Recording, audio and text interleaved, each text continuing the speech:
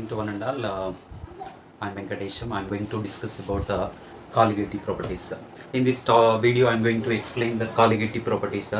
So, colligative properties are the properties of a dilute solution, which are directly or indirectly depends upon the number of solute particles which are present in the dilute solution. Right. The second colligative property is this is elevation in boiling point.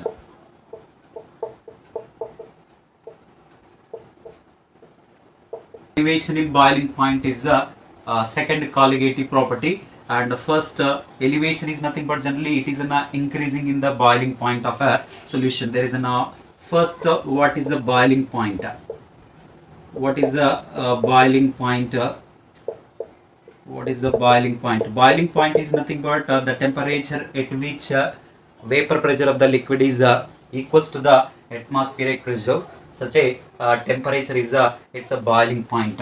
Boiling point is simply the temperature at which vapor pressure of liquid is equals to the its atmospheric pressure. Such a temperature is it's a boiling point, and your vapor pressure of particularly liquid should be equals to the its atmospheric pressure. So that is in 1 atmosphere. Then at a particular temperature, this vapor pressure of liquid should be equals to the atmospheric pressure. That particular temperature is its boiling point. So as all we know that there is an elevation. Elevation is nothing but there is an increasing in the boiling point.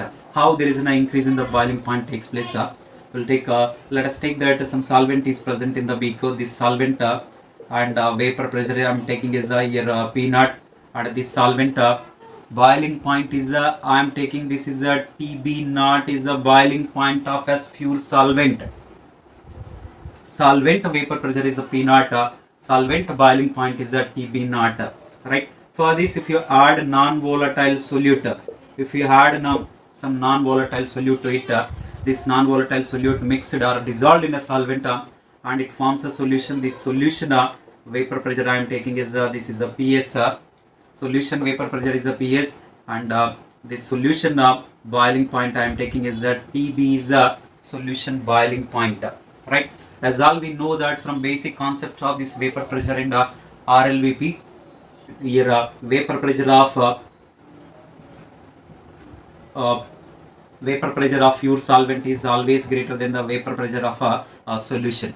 Right. So even in the previous case also we have discussed that vapor pressure of your pure solvent is always greater than the vapor pressure of the solution. Why? Because there we have seen that in the some of the surface molecules are occupied by the solute molecules and some of the surface solvent molecules are replaced by the solute molecules, so that its a vapor pressure of the solution will be decreases, and always we find that there is a vapor pressure of the pure solvent is greater than the vapor pressure of the solution. Right. And here when vapor pressure of the pure solvent is more, definitely it requires less temperature to make it its a vapor pressure should be equals to the atmospheric pressure. It requires the less temperature. That means and here vapor pressure of the pure solvent is more. Vapor pressure of pure solvent is more means there is it requires there is less temperature to make its a vapor pressure should be equals to the atmospheric pressure,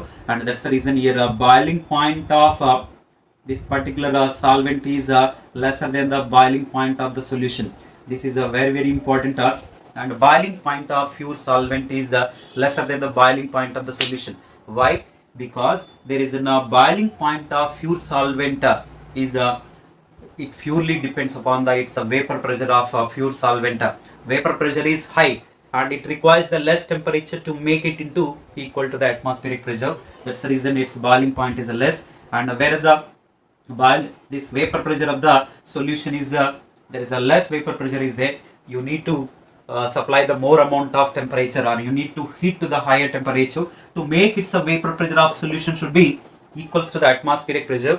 That's the reason its a boiling point of the solution is always greater than the boiling point of the pure solvent. Whatever that increase takes place when we are adding the non-volatile solute to the volatile solvent, the solution boiling point is increases that increase in the boiling point of the solution is it's a elevation in boiling point. What we are adding non-volatile solute, after adding this non-volatile solute, the boiling point of the solution is increases. That increase in boiling point is it's a elevation in boiling point, and this elevation in boiling point I can write as a delta TB.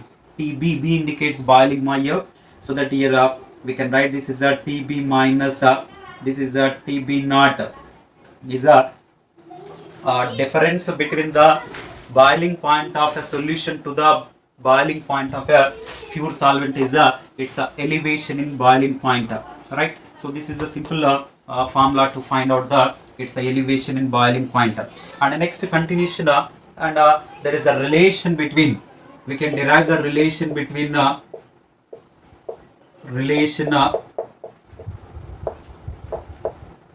between delta TB and here small m. To derive this relation between the molality and vapor pressure is taking on the y-axis, there is a temperature is taking on the x-axis. This is for the solvent and this is for the solution curve. This one, this is a solvent curve, alright. So whenever I am taking this one as a here solvent somewhere, here it will be equals to the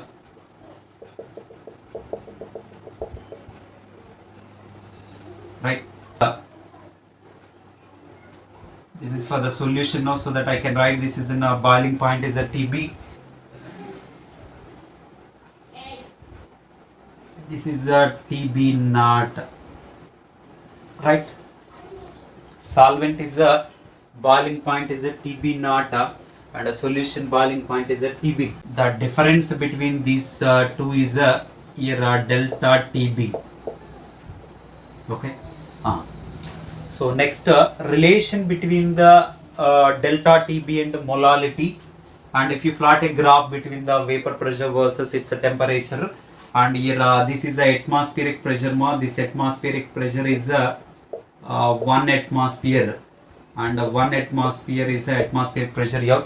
And if you plot a graph between the vapor pressure versus its boiling point for the solvent, this is a curve is obtained, and this is a curve for the solution.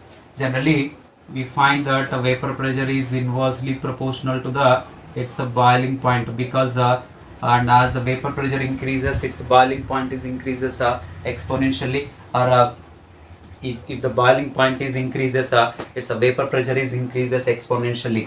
From the graph we can conclude that there is a delta TB is directly proportional to the delta P, and here we know that according to the Raoult's law, delta P is directly proportional to the mole fraction of solute.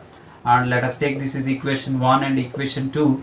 From equation 1 and 2 we can write from equation 1 and 2 we can write this is a delta TB is equals to is directly proportional to the its x1, and remove the proportionality, you will get delta TB is equals to this is k into x1.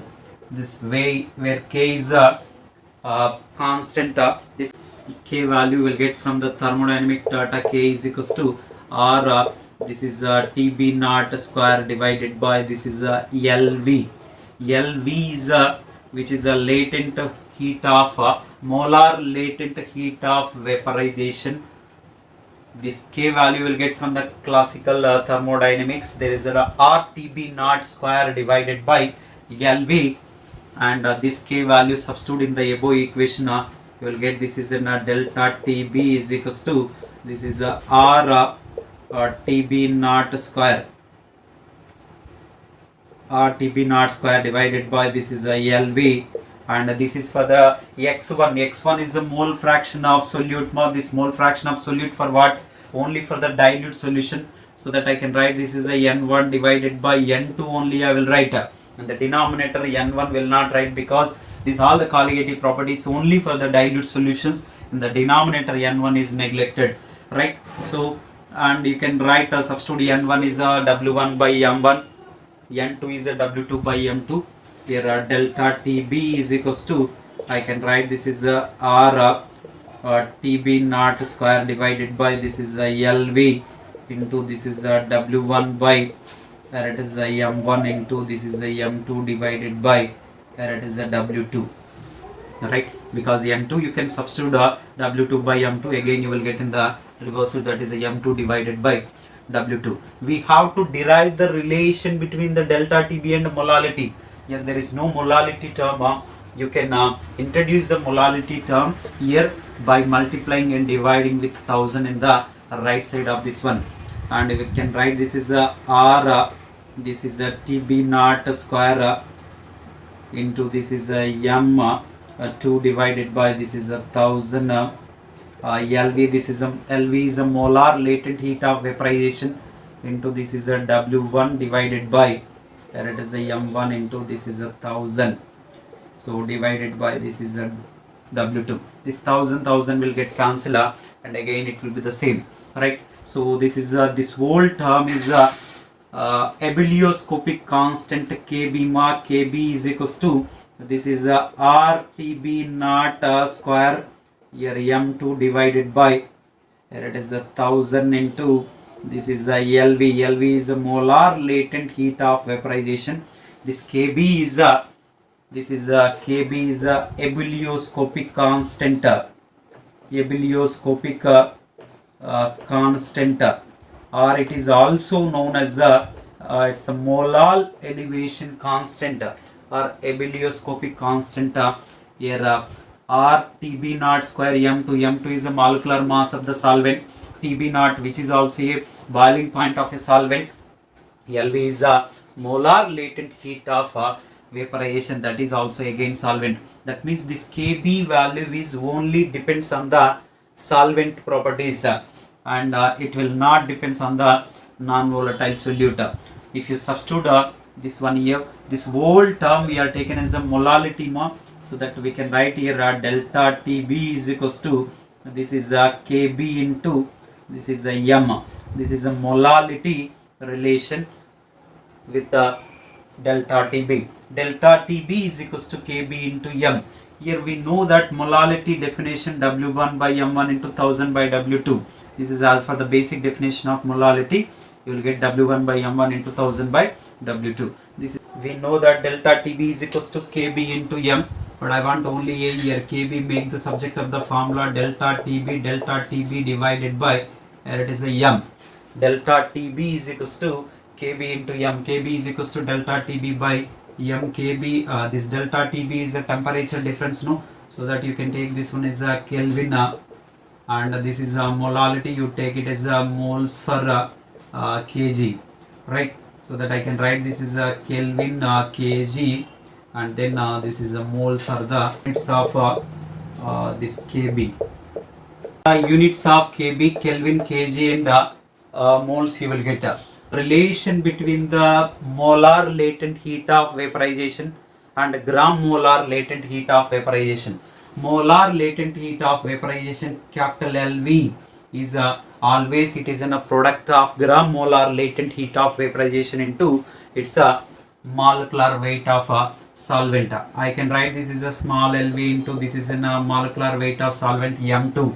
Okay, if you will write this LV in KB equation, then you will get here KB is equals to this is R TB naught square into M2 divided by, so this is 1000 into LV. Instead of LV you can write V into this is a M2. M2 will get cancelled here, and you can write this is KB is equals to this is R TB naught square divided by this is 1000 so LV.